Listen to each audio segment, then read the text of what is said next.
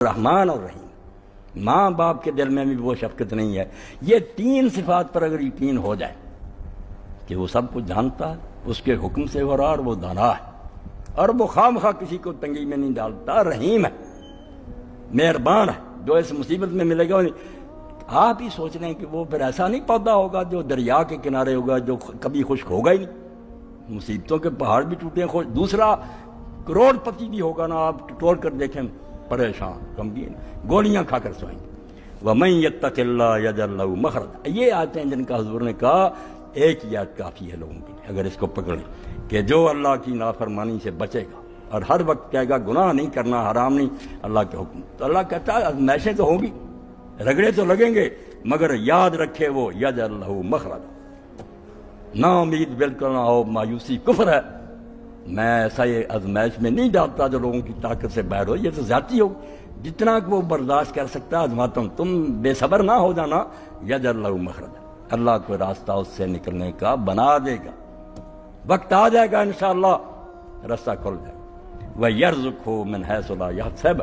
اور اس کو ایسی جگہ سے رزق دے گا اور نعمتیں دے گا جس کا اس کو گمان بھی نہیں، وہ سوچ بھی نہیں سکتا تھا کہ مجھ کو ادھر سے بھی کچھ مل جائے گا۔ میں نے اپنے بارے میں دیکھا، یہ خدا بخش کلیار صاحب کے بارے میں، عبد المالک کے پاس بھی کچھ بھی نہیں تھا، بچہ خود بھی بہت تنگی میں گزارا کرتے تھے، اللہ نے اتنا دے دیا، ان کے پاس کاریں ہیں، کوٹھیاں، میرے ساتھ بھی بچے کہاں تک پہنچ، سوچ بھی نہیں سکتا آدمی کہ اللہ کہاں سے دے دے، بالکل ایک آنا بھی نہیں ہوتا، 1 روپیہ مجھے کوئی ادھار نہیں دیتا، اپنے بھائی نہیں دیتے، مگر اب سب بچوں کے پاس کاریں ہیں، کوٹھیاں، وہ بھی اللہ کی ساتھ، تو اللہ فرماتا ہے اگر تم گناہ سے بچو گے، مجھ سے ڈرتے رہو گے، تو شیطان تمہیں کہتا کہ دین پر چلنے سے مر جاؤ گے، نہیں، اس مشکل سے نکلنے کا راستہ بن جائے گا۔ اور اس پر ایک دعا آپ کو میں نے پہلے بھی بتائی تھی، اب بھی بتا دوں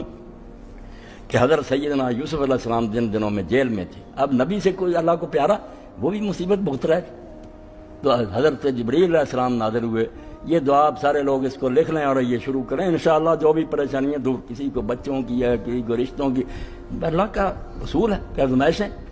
تو جبریل علیہ السلام نے کہا یوسف علیہ السلام ہر فرض نماز کے بعد یہ کہہ دیا کر، اور شروع کیا، دونوں ہی کام ہو، اللہم اجعل لی مخرجا،